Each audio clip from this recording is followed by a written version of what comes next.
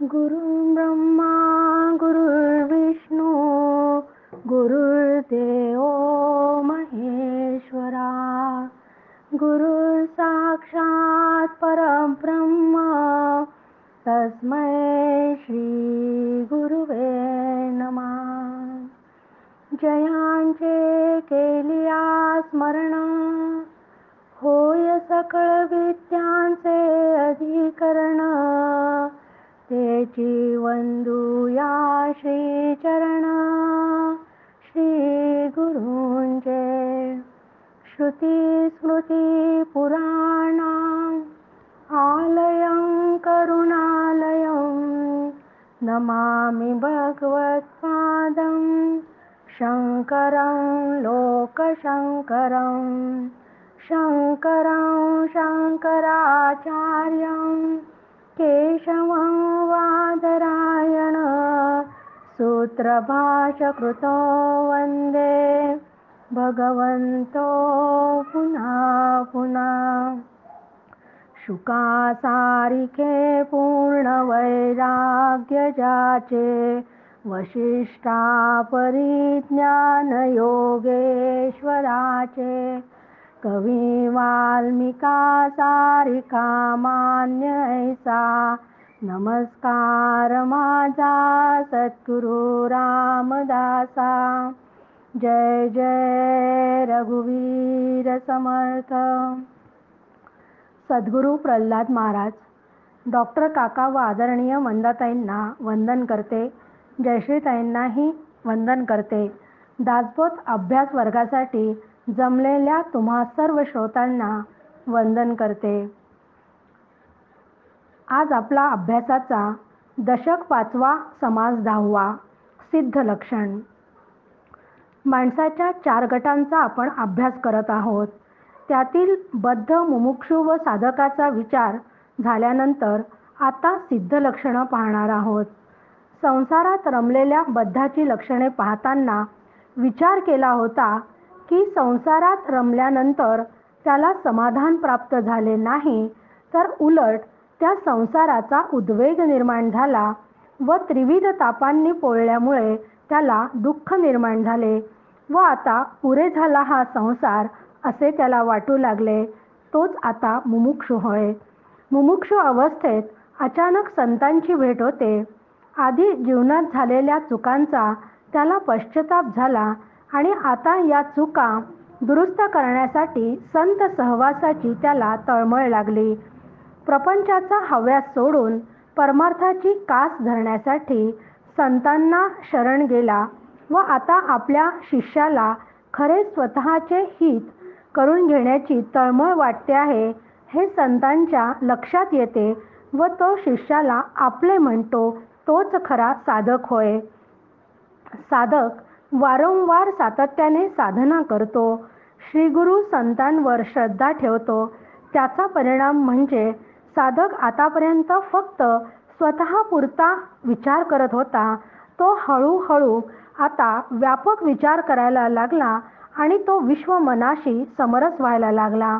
अर्थात जुने बलवान संस्कार दृश्याकडे आतापर्यंत त्याला खेचत होते व त्यामुळे स्वस्वरूपापासून तो सारखा घसरत होता. पण आता सतत सावधानता, श्रद्धा यामुळे सद्गुरूंची संतांची कृपा व साधकाची शरणागती याचा संगम घडून आल्यामुळे साधकाची वृत्ती सतत आत्माकार व्हायला लागते व तोच सिद्ध होय. या सिद्धाची लक्षणच आपण या समासामध्ये पाहणार आहोत. सिद्ध म्हणजे कृतकृत्य साधक होय. सिद्ध बाहेरून सामान्यांसारखा दिसत असला तरी तो देहात असून तो देहापुरता राहत नाही, तर स्वतःच्या हृदयातील आत्मचैतन्य हेच सच्चिदानंद परमात्म स्वरूप आहे असा साक्षात अनुभव ज्याला आलेला असतो तो सिद्ध होय. साधकांनी मागच्या समासामध्ये प्रश्न विचारला होता की विरक्त आहे तोच साधक होऊ शकतो व जो गृहस्थाश्रमी आहे तो साधक होणे शक्यच नाही. मग या प्रश्नाचे उत्तर पहिल्या 1 ते 8 ओव्यांमध्ये समर्थ आपल्याला देत आहे. म्हणून पहिल्याच ओवीमध्ये समर्थ आपल्याला सांगत आहे, मागा बोलिला सांसारिक, त्यागे विण नव्हे की साधक, ऐका हो याचा विवेक, ऐसा असे श्रीराम. की पहिल्या दशकामध्ये पहिल्या समासामध्ये समर्थांनी जेव्हा सगळे निश्चय सांगितले, त्यानंतर त्यांनी सांगितलं की निश्चय इतका पक्का व्हायला पाहिजे की कुठला संदेह नाही राहायला पाहिजे. म्हणजे नाना किंत निरोपिले, नाना संशय छेदिले, याची परिपूर्ती आता समर्थ करत आहेत. मागा बोलिला सांसारिक, त्यागे विण नव्हे की साधक, ऐका हो याचा विवेक, ऐसा असे श्रीराम. की बद्ध लक्षणात ज्या प्रापंचिकाचे वर्णन केले होते, त्या प्रपंचावरची आसक्ती सोडल्याशिवाय साधक अवस्था येत नाही. आणि परमार्थ करायचा असेल तर विरक्त असायलाच हवे. पण आपल्या प्रापंचिकांना विरक्त किंवा वैराग्य हे शब्द ऐकताच आपल्याला कुठेतरी कुटुंबापासून घरादारापासून दूर जाऊन संन्याशी व्हायचे आहे व अरण्यात गुहेत एकांतात जाऊन साधना करायची आहे, असा गैरसमज, चुकीच्या कल्पना परमार्थाबद्दल असल्यामुळे आपल्याला त्याची भीती वाटते. मग त्यामुळे एखादा तरुण किंवा नवविवाहित जर परमार्थाला लागला तर त्याच्या हितचिंतकांना, त्याच्या कुटुंबियांना त्याच्या भवितव्याची चिंता वाटायला लागते.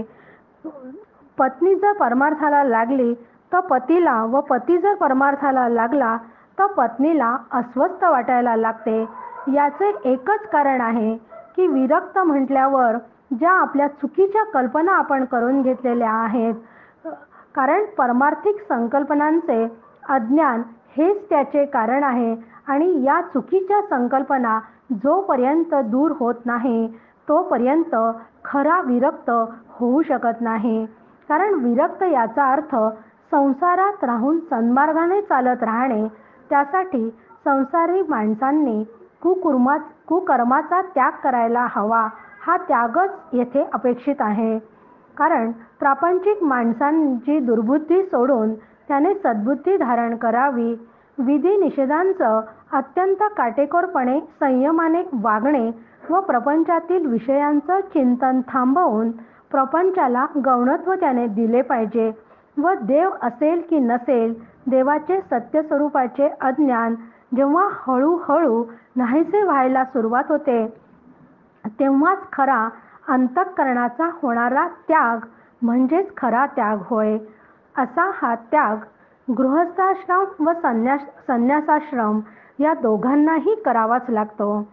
आपण जे नेहमी नित्य नियमाने सगळी व्रत करतो, तीर्थयात्रा करतो, श्रवणासाठी एखाद्या मंदिरात जातो, तिथे प्रवचन कीर्तन ऐकायला जातो, तेव्हा आपणही याचा बाह्य त्यागच थोड्या वेळ का होईना गृहस्थाश्रमाचा केलेला असतो. तो तिथे आपोआपच घडतो. म्हणजे प्रपंचापासून आपण थोड्या वेळ का होईना विरक्त झालेला असतो. मग हाही एक प्रकारचा त्यागच आहे. म्हणजे त्यागावाचून यातलं काहीच करता येत नाही. संन्यासाश्रम म्हटलं की विधिवत संन्यासाश्रम आहे. म्हणजे प्रत्यक्ष घरदार सोडून संन्यासी होणे आहे. पण मग प्रापंचिकाला विरक्त व्हायचे म्हणजे असं घरदार सोडायचं नाही, तर आहे त्या परिस्थितीतच, आहे त्या माणसांमध्येच राहून परमार्थ करायचा. फक्त त्यात आसक्त न होता अनासक्तीने राहणे म्हणजे आतील त्याग हा फक्त तिथं विचारांनी करायचा आहे. आणि असा त्याग केल्याशिवाय परमार्थ कधीही घडणे शक्य नाही. आता 8व्या ओवीपासून म्हणजे श्रोत्यांनी तिथे उपस्थित केलेल्या प्रश्नाला आतापर्यंत समासातल्या सगळ्या शंकांचं निरसन समर्थांनी पहिल्या या 8 ओव्यांमध्ये केल्यानंतर त्यागा वाचून साधकावस्था नाही हा पक्का निश्चय झाल्यावर हा सिद्ध ओळखण्याच्या खुणा आता आपल्याला समर्थ सांगणार आहेत. अस्ति इति उपलब्धव्यो, ते ब्रह्म आहेच असा श्रद्धा असणे, विश्वास असणे आणि तो बाळगायला लागला म्हणजे ते ब्रह्म मी आहे जे असं जे शास्त्राने ग्रंथाने संतांनी व श्रीगुरूंनी सांगितले आहे त्यावर निश्चयात्मक श्रद्धा असायला हवी. ती श्रद्धा भोळसट असेल तर ती उपयोगाची नाही. ती श्रद्धा 100% हवी, तरच ती श्रद्धा ब्रह्मपदाचा अनुभव येईपर्यंत कामाला आपल्याला येते. श्रद्धा जशी जशी दृढ होत जाईल तशी तशी परमार्थ मार्गात प्रगती होत जाते. म्हणून आता 10 ते 24 या ओव्यांमध्ये समर्थ आपल्याला सांगत आहेत की जर शास्त्र, गुरु, महावाक्य यांच्याबद्दल थोडासाही संशय आपल्या मनात असेल तर आपण आपले केलेले साधन कधीच तडीस जाऊ शकणार नाही. कधीच परमार्थ मार्गावर आपल्याला यश मिळू शकणार नाही. म्हणून प्राथमिक अवस्थेत असलेले सगळे संशय सुरुवातीला असू शकतील, पण त्या शंकांचं निरसन झाल्याशिवाय परमार्थ करता येत नाही. त्यासाठी श्रद्धा दृढ असायला हवे. त्याला कुठलेच संशय नसायला पाहिजे परमार्थातले. त्याचं चित्त अखंड ब्रह्माकार झालेलं असायला हवं. स्वरूपापासून तो कधीच ढळत नाही. तोच सिद्ध आहे आणि त्याची बुद्धी निश्चयात्मक असते. म्हणून तो मी ब्रह्म या अनुभवापासून यात किंचितही ढळत नाही.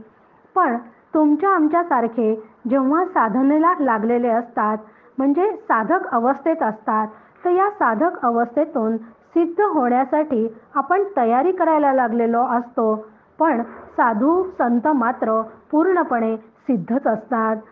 सिद्ध याचा अर्थ आपल्याला माहिती आहेच की जेव्हा एखादा कार्यक्रम असतो तेव्हा कार्यक्रमाची रूपरेषा, स्वागताची तयारी या सगळ्यांची तयारी जेव्हा झालेली असते तेव्हा आपण स्वागतासाठी तो सिद्ध झाला आहे असं आपण म्हणतो.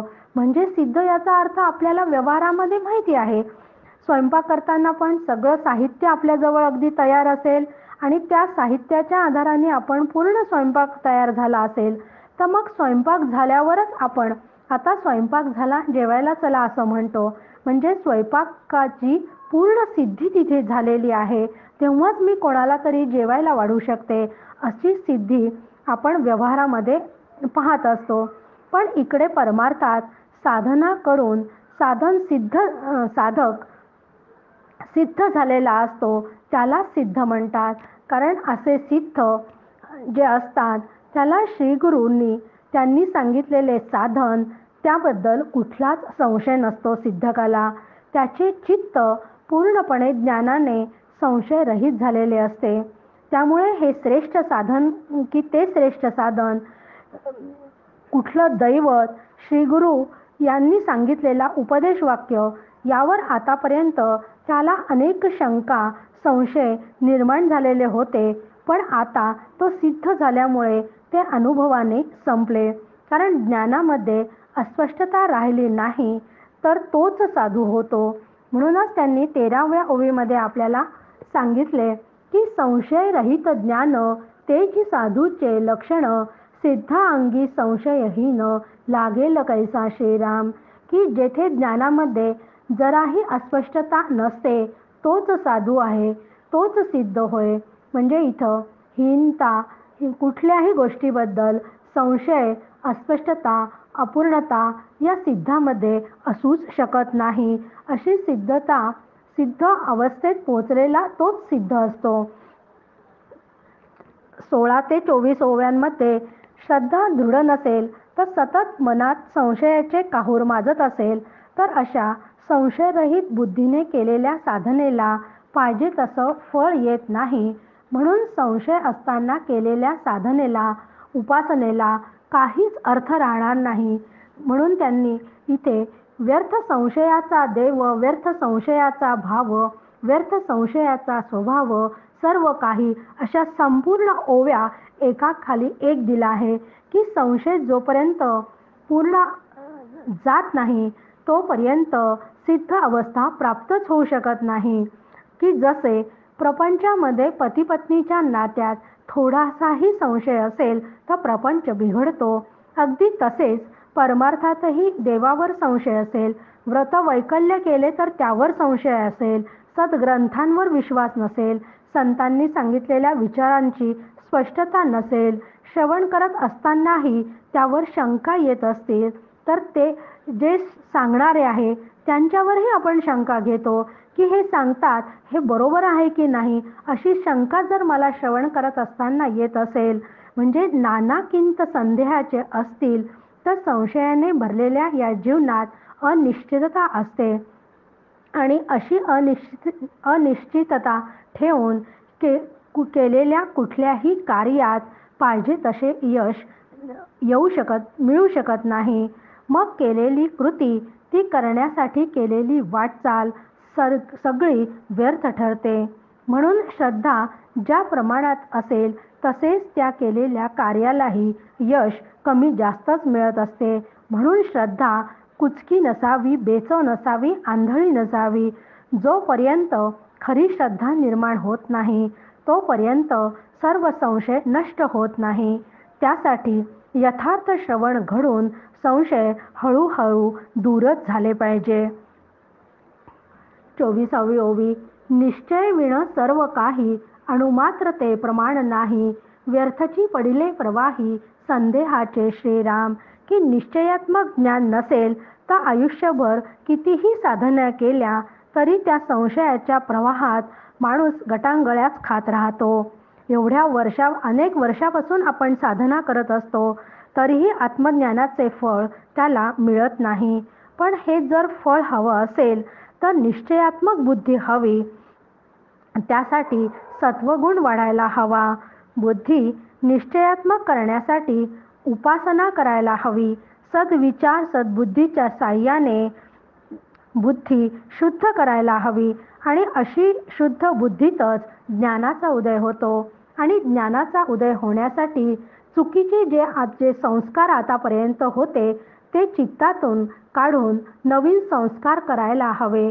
नवीन संस्कार म्हणजे काय की आतापर्यंत सगळे संस्कार माझे प्रपंचाचे होते, देह सत्यत्वाचे होते, जगत सत्यत्वाचे होते. पण आता नवीन संस्कार करायचे म्हणजे नवीन संस्कार जे श्रीगुरूंनी सांगितलेले आहे, संतांनी सांगितलेले आहे, त्या विचारांवर आरूढ होऊन तोच विचार दृढ करणे. त्यामुळेच दृढ श्रद्धा निर्माण होते आणि त्या श्रद्धेला फळ मिळते. तर असे फळ मिळायचे असेल तर निश्चयात्मक ज्ञानच हवे. त्यासाठी नवीन संस्कार मनामध्ये रुजले पाहिजे. निश्चयात्मक ज्ञान आपल्याला इतके वर्ष झाले तरीही या क्षेत्रात झाले नाही, तर समाजातील लोक किंवा आपल्याच घरातील लोक आपल्याला नावे ठेवायला कमी करत नाहीत.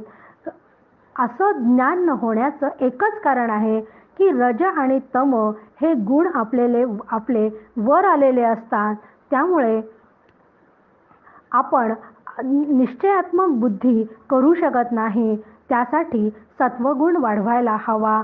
सत्वगुण वाढवला तरच बुद्धीची शुद्धी होते आणि बुद्धीची शुद्धी झाल्याशिवाय आत्मज्ञान होत नाही. त्यासाठी अखंड अनुसंधान त्या परमेश्वराचेच हवे. प्रपंचात राहूनही असा परमार्थ करता येतो असा अनेक उदाहरणं आपल्याला पाहायला मिळतात.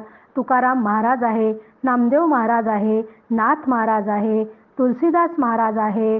प्रत्यक्ष प्रपंचात राहून म्हणजे आता प्रल्हाद महाराजांनी सुद्धा गृहत्याग जरी केलेला असला तर त्यांचा सुद्धा विवाह झालेला होता.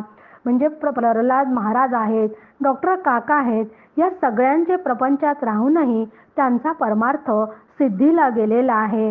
म्हणूनच समर्थांनी स्पष्टपणे आपल्याला सांगितले आहे की विवेके दृढ धरावी वाट सत्याची. की असा विवेक माझ्याकडे जर जागृत असेल तरच माझा प्रपंचात राहूनही परमार्थ सिद्धीला जाऊ शकतो. 25व्या ओवीत समर्थ आपल्याला सांगत आहे, निश्चयाविण जे बोलणे ते अवघेची कंटाळवाणे. बाष्कळ बोलीचे वाचाळपणे निरर्थक श्रीराम. की निश्चयात्मक वृत्ती होण्यासाठी साधकाने साधनाविषयीचे, आचाराविषयी, श्रीगुरूंविषयी अनन्य शरणागत असायलाच हवे. नाहीतर तोपर्यंत त्याला अनुभव येत नाही व अनुभव नसताना जे काही बोलल्या जाते ती वायफळच बडबड असते. कारण व्यवहारात सुद्धा अनुभवाला खूप महत्त्व आहे.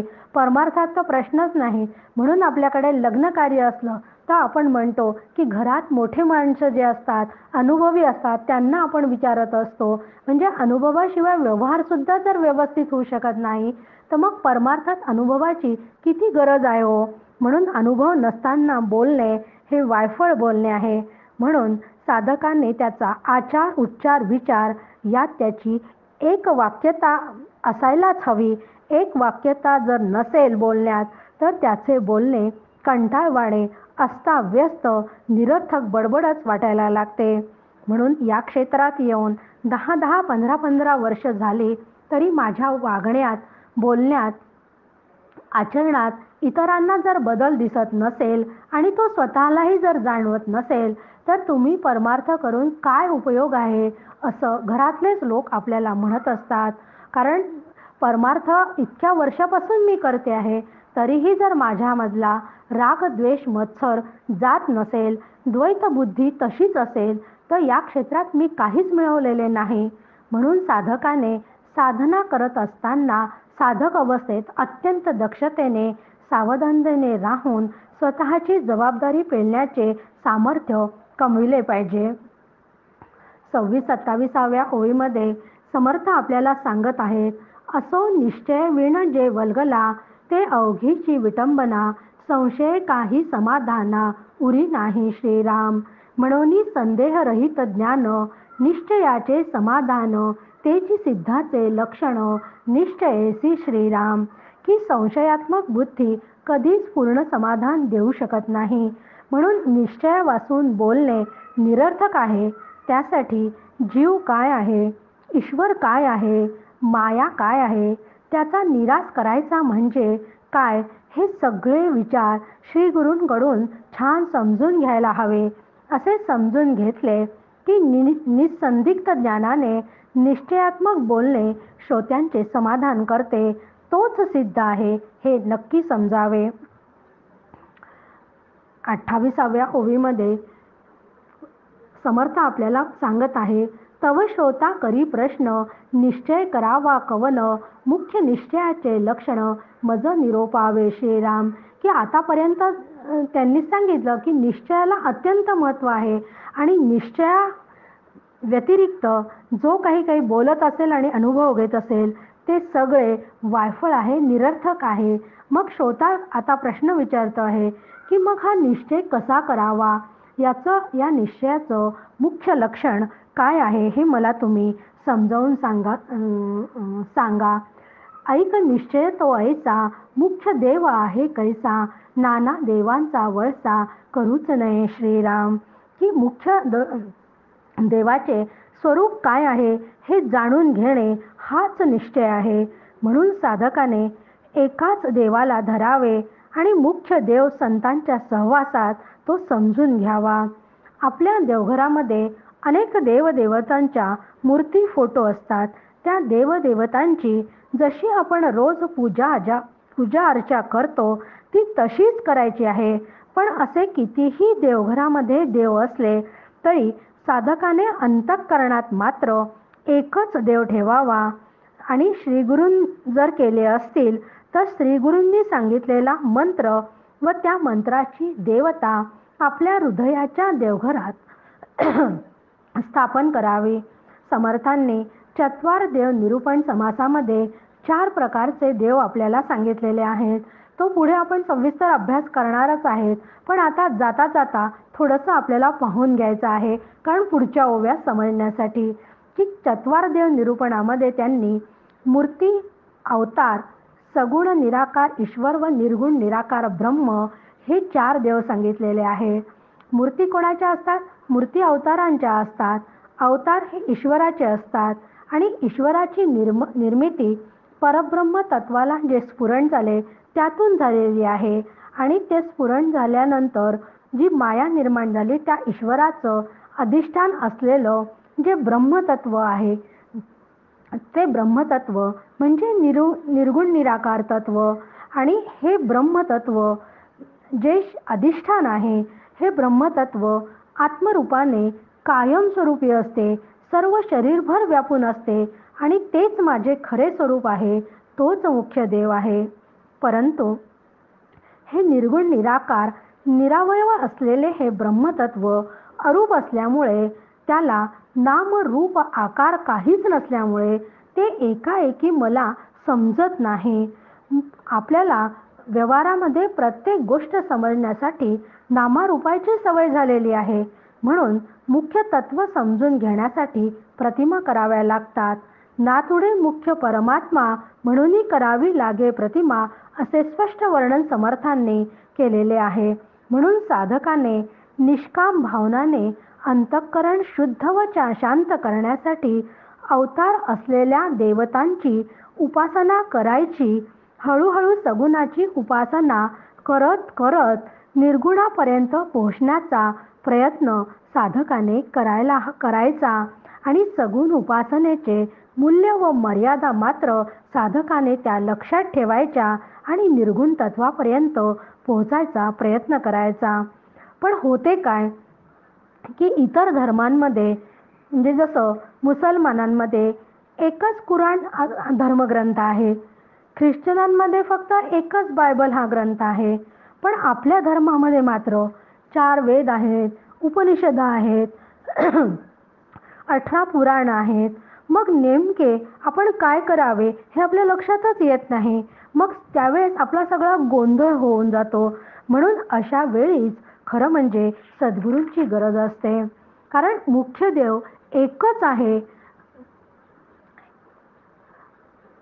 पण ते तत्व म्हणजे ब्रह्म निर्गुण निराकार असल्यामुळे ते अनुपास्य आहे. त्याची उपासनेच्या माध्यमाने ते समजून घेता येत नाही.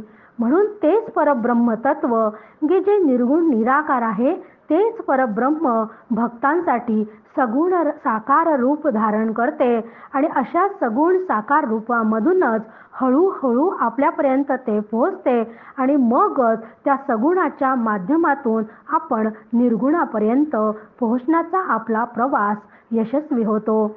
एकाच व्यासांनी आपल्याला 18 पुराणं लिहिलेली आहेत. मग ज्या पुराणामध्ये ज्या देवताचे वर्णन केले तीच देवता श्रेष्ठ आहे.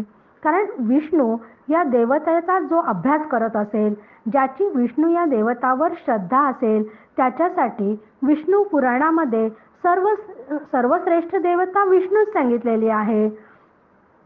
शंकराला जे कोणी आपलं दैवत मानत असतील आणि शंकर तत्व जाणून घेण्याचा अभ्यास करत असतील, त्यांच्यासाठी शंकर हे सर्वश्रेष्ठ दैवत आहे. देवी भागवतामध्ये जर मला देवी हे माझं दैवत असेल, तर देवी भागवतामध्ये पण हेच सांगितलं आहे की सगळ्यात देवी श्रेष्ठ आहे.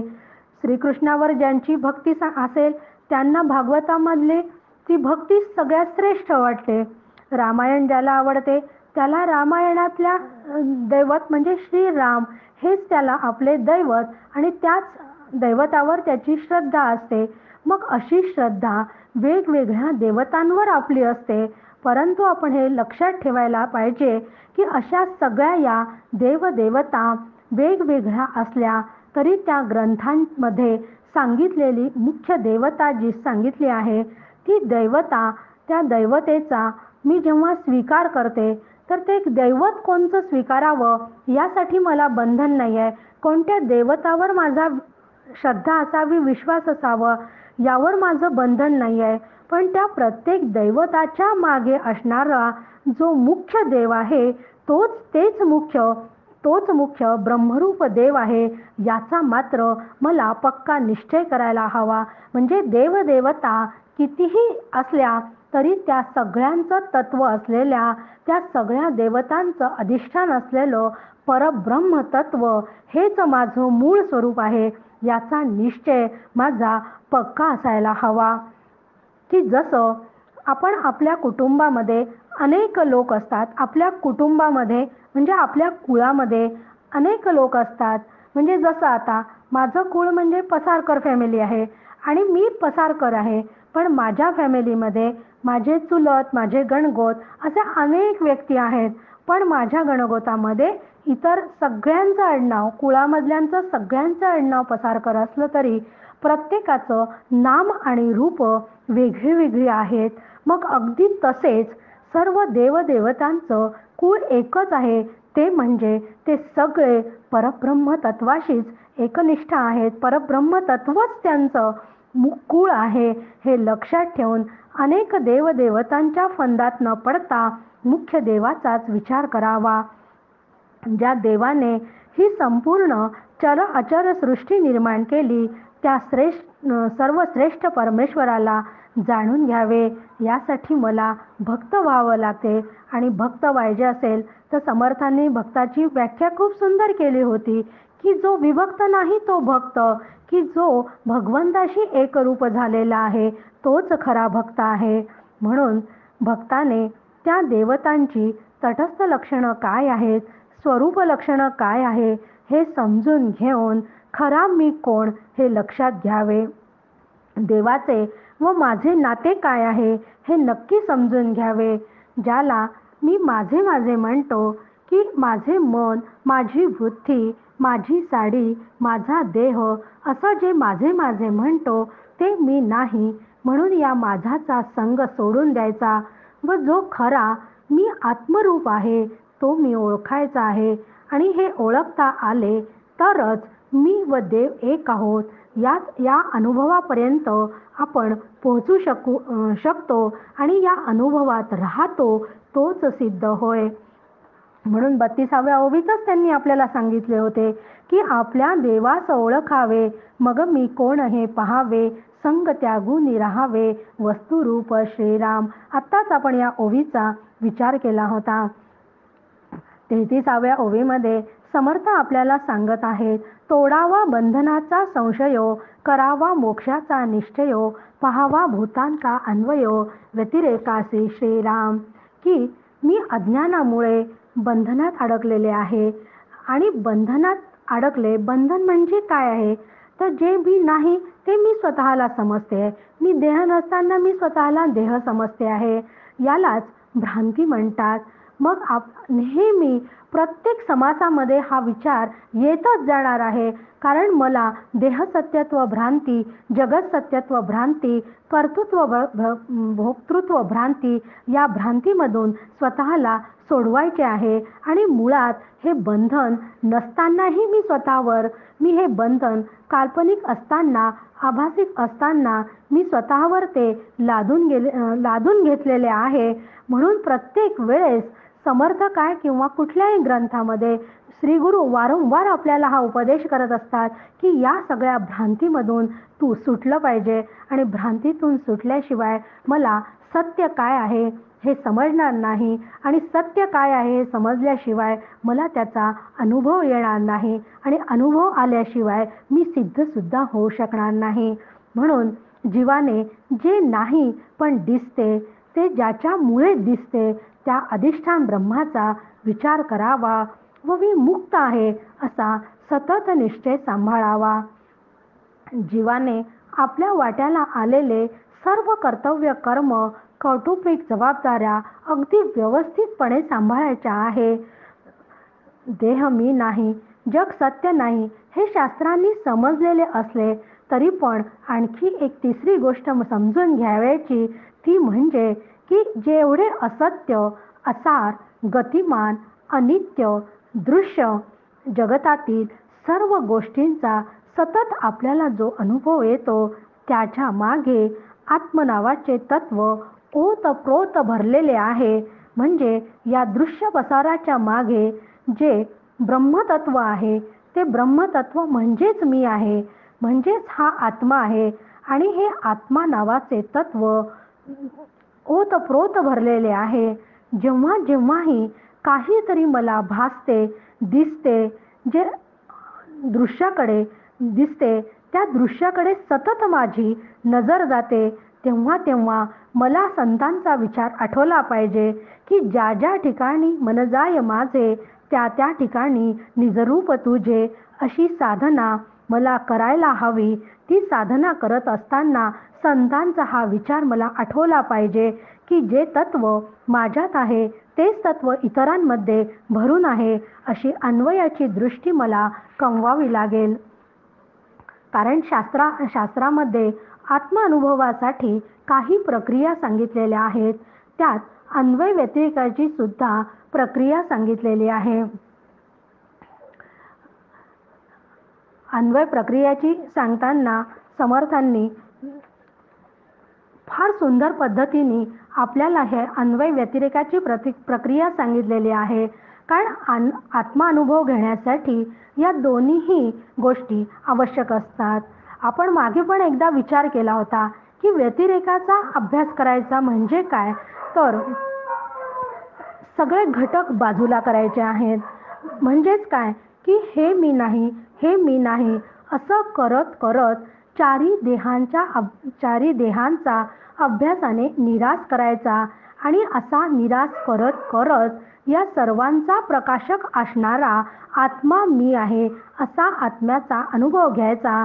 याला व्यतिरेकाची प्रक्रिया म्हणतात. व्यतिरेक म्हणतात त्याला, की म्हणजे उलट दिशेने प्रवास करायचा आहे की पंचमहाभूत मी नाही, नंतर त्रिगुण मी नाही, माया मी नाही असं करत करत करत मूळ तत्वापर्यंत पोहोचायचं की जे माझं स्वरूप आहे.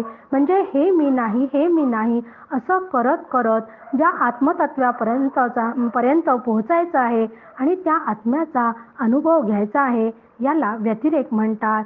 आणि अन्वय म्हणजे काय, तर अन्वय म्हणजे नाही असं नाहीच असं जे तत्व आहे की जे कधी नाही असं होतच नाही. काही असो की नसो, हे जग असो की नसो, माझा देह असो की नसो, पण आत्मा असतोच, त्यालाच अन्वय म्हणतात. थोडंसं अवघड होत आहे याची मला कल्पना आहे, पण हे समजल्याशिवाय पुढचे दशक लक्षात येणार नाहीत. आणि हळूहळू या गोष्टींची सवय व्हायला लागतं तेव्हा ते जरा समजायला लागते. आणि मला जर खरंच सिद्ध व्हायचं असेल तर हे समजून घेणं अत्यंत आवश्यक आहे. आता हा अन्वय व्यतिरेक एखाद्या उदाहरणाने आपण समजून घेऊयात. समजा माझ्याजवळ ही एक टोपली आहे आणि त्या टोपलीमध्ये अनेक फुलं ठेवलेली आहेत. आणि ही फुलं अनेक ठेवलेली असताना ही फुलं कशी आहेत, त्यात टोपलीत मी झाडाची तोडून आणली, ती सगळी वेगळी वेगळी फुलं एकत्र करून मी या टोपलीत ठेवलेली आहेत. मग या फुलांचा मला हार केला, तर त्या हारामध्ये हार करायचा असेल तर मी एक दोरा घेते आणि त्या दोऱ्यामध्ये संपूर्ण फुलं मी ते ओते. म्हणजे ही फुलं जेव्हा मी हारामध्ये सगळी ओते तर हार म्हणून घेण्यासाठी ती दोऱ्यावर अवलंबून आहेत ही फुलं. म्हणजे एक फूल दुसऱ्यापासून स्वतंत्र वेगळे असले तरी, त्यांना ते भिन्न असले तरी एका दोऱ्याच्या माध्यमाने त्यांना मी एकत्र केलं आहे. म्हणजे एका फुलात दुसरे फूल नसले तरी दोराच्या माध्यमातून ते सगळे एकत्र झाले आहे. म्हणजे हारामध्ये दोरा असतो आणि दोरा सर्व फुलात, हारामध्ये दोरा असतो आणि दोरा सर्व फुलात असतोच असं मात्र नाही आहे. कारण फुलांचं अस्तित्व हारासाठी दोऱ्यावर अवलंबून आहे. पण दोऱ्याला असं नाही आहे फुलं असले काय नसले काय दोरा तिथे आहेच, तो नाही असं. कारण दोरा सर्व फुलात असतोच, तो नाही असं होतच नाही. म्हणजे दोऱ्यावर हाराचं अस्तित्व अवलंबून असते. यालाच अन्वय व्यतिरेक म्हणतात. जसं देहाच्या बाबतीत तसंच आहे की हा आत्मा सगळीकडे ओतप्रोत भरलेला आहे, पण आत्म्यामध्ये मात्र कशाचाच प्रवेश नाही आहे. यालाच अन्वय व्यतिरेकाची प्रक्रिया म्हणतात. आणि असं हा आत्मा हेच माझं स्वरूप आहे, मग मला सुखदुःखाची झळ पोहोचायलाच नको. 34 ते 38व्या ओळीमध्ये समर्थ आपल्याला सांगत आहेत की पूर्व पक्षेसी सिद्धांत पहावा प्रकृतीचा अंत, मग पावावा निवांत, निश्चय देवाचा श्रीराम. देहाचेनी योगे संशयो, करी समाधानाचा क्षयो, चळवून द्यावा निश्चयो, आत्मतत्वाचा श्रीराम. सिद्ध असता आत्मज्ञान, संदेह वाढवी देहाभिमान, या कारणे समाधान, आत्मनिश्चय राखावे श्रीराम. आठवता देहबुद्धी, पुढे विवेकाची शुद्धी, या कारणे आत्मबुद्धी सुदृढ करावी श्रीराम. आत्मबुद्धी निश्चयाची, तेची दशा मोक्षश्रींची, अहमात्मा हे कधीची विसरू नये श्रीराम. की जसे देहाच्या बाबतीत मी मन नाही बुद्धी नाही असा विचार केला तसाच मी पृथ्वी नाही, मी आप नाही असा साधकाने व्यतिरेक करायचा, त्यालाच शास्त्रीय भाषेमध्ये पूर्वपक्ष म्हणतात. सगळीकडे एक ब्रह्मच आहे असा अन्वय करणे याला सिद्धांत पक्ष म्हणतात. या दोन्हींचा विचार करायचा व दृश्य प्रकृतीचा बाध करून तिचे अधिष्ठान असलेल्या ब्रह्माचा सत्य म्हणून व तेच मी आहे असा निश्चय करणे हेच सिद्धाचे लक्षण आहे. वास्तविक आत्मा नित्यसिद्ध असल्यामुळे नित्य प्राप्तच आहे तो, परंतु देह तादात्म्य व देहावरील प्रेम यामुळे संशय दूर होणे कठीण असते. म्हणून आपल्याला हे समजून घ्यायला सुद्धा कठीण झाले, कारण मी सुद्धा देह तादात्म्यामध्ये अडकलेलीच आहे. देहाचा विचार हा नेहमीच समाधान बिघडवणारा असतो. यासाठी मी देह आहे ही भावना हळूहळू कमी करून मी आत्मा आहे या निश्चयावर आरूढ व्हावे. मी आत्मा हा निश्चय झाला की परमभाग्यरूप असलेला मोक्ष तेथेच असतो. पण असे होईपर्यंत मी आत्मा आहे हे सतत भान ठेवावे लागते, कारण मी आत्मा हे माझं स्वरूप आहे. आत्म्याला आपल्याला त्याच्यासाठी कुठून काही आणावं लागत नाही मोक्षासाठी. ते माझं स्वरूपच आहे, तो तिथे आहेच, पण तो सद्य परिस्थितीमध्ये अज्ञानामुळे तो झाकलेला आहे. म्हणून मी आत्मा आहे असा निश्चय झाला की परमभाग्यभूत असलेला मोक्षच तिथे आहे याचं ज्ञान आपल्याला असे होते. आणि असं होईपर्यंत मी आत्मा आहे याचं सतत भान ठेवायला हवं, कारण मी एकदा आत्मा आहे याचा अनुभव आला आणि सिद्ध झाला तर ते सांगायला कोणी तिथं शिल्लकच राहत नाही. म्हणून आता निश्चयाची लक्षणे शब्दांनी सांगून झाली, पण त्या निश्चयाचे खरे स्वरूप सिद्धांना शरण गेल्याशिवाय व त्यांच्या संगतीशिवाय कळत नाही. म्हणून सर्व संशय नष्ट होण्याचा हाच मार्ग आहे की संत आणि श्रीगुरूंना शरण जायला पाहिजे. निरोपिले निश्चयाचे लक्षण परी हे न कळे सत्संगे विण, संतांसी गेली या शरण संशय तुटती श्रीराम. म्हणून आपणही असंच संतांना शरण गेले पाहिजे. आता असो हे बोलणे ऐका सिद्धांची लक्षणे, मुख्य निस्संदेहपणे सिद्ध बोलीजे श्रीराम. सिद्ध स्वरूपी नाही देहो, तेथे कैसा हो संदेहो, या कारणे सिद्ध पाहो निस्संदेही श्रीराम. देह संबंधाचे निगुणे लक्षांनी काय होणे, देहातीताची लक्षणे काय म्हणून सांगावी श्रीराम. जे लक्ष वेना चक्षुषी त्यांची लक्षणे सांगावी कैसी, निर्मळ वस्तू सिद्धी त्यासी लक्षण कैसी श्रीराम. लक्षणे म्हणजे केवळ गुण, वस्तू ठाईंची निर्गुण तेची सिद्धांचे लक्षण वस्तुरूप श्रीराम. तथापि ज्ञानलक्षी बोलिले म्हणून वक्तृत्व आटोपिले, न्यूनपूर्ण क्षमा केले पाहिजे श्रोती श्रीराम. की आतापर्यंत साधकांसंबंधी सगळं सांगून झाले आहे. आता सिद्धांची लक्षणे सांगतो. कापण मी ब्रह्म आहे या निश्चयाला सहजता येते व तो त्याविषयी थोडाही संशय त्याचा शिल्लक नसतो. ते सिद्ध अवस्थे हेच त्याचे लक्षण आहे. मग अशा सिद्ध अवस्थेमध्ये काय होते की सिद्ध अवस्थेमध्ये तो पूर्ण ब्रह्मरूप झालेला आहे आणि ब्रह्मरूप झालेला असल्यामुळे सिद्धाचा देहाचा त्यांनी बाध केलेला असतो आणि देहाचा बाध झाल्यामुळे देहाशी त्याचा संबंधच राहत नाही. मग त्याची लक्षणे मी कशी सांगणार आहे, कारण मी सगळं काही अनुभव येईपर्यंतचा जो सगळं आपली साधना आहे ती मी देहाला धरूनच केलेली असती आणि देहाशिवाय मी ही साधना करू शकत नाही. पण हा देहाचा बाध केल्याशिवाय मी अनुभवही घेऊ शकत नाही. मग आता देहाशी संबंध विचारांनी मी सोडून दिलेला असल्यामुळे मग मला तो अनुभव आलेला आहे. तर मग त्याची लक्षणे जीव ब्रह्म ऐक्य झाल्यावर कशी सांगता येतील ओ. म्हणून देहाचा बाध झाल्यामुळे तो आत्म्याशी एकरूप होतो. मग आत्मतत्व डोळ्यांनी दिसतच नाही. मग ती आत्मवस्तू अरूप आहे. निर्गुण आहे. मग ही निर्गुण अरूप असल्यामुळे तिची लक्षणे मला कसे सांगता येतील?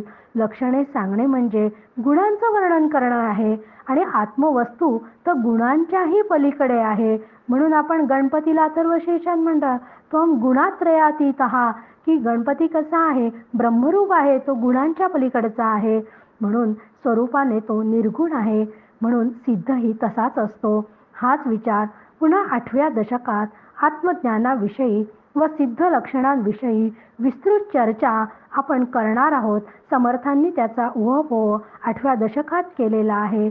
म्हणून आता आपण इथे आटोपते घेऊया आणि म्हणून आपणही आता इथे आटोपते घेऊयात. जय जय रघुवीर समर्थ.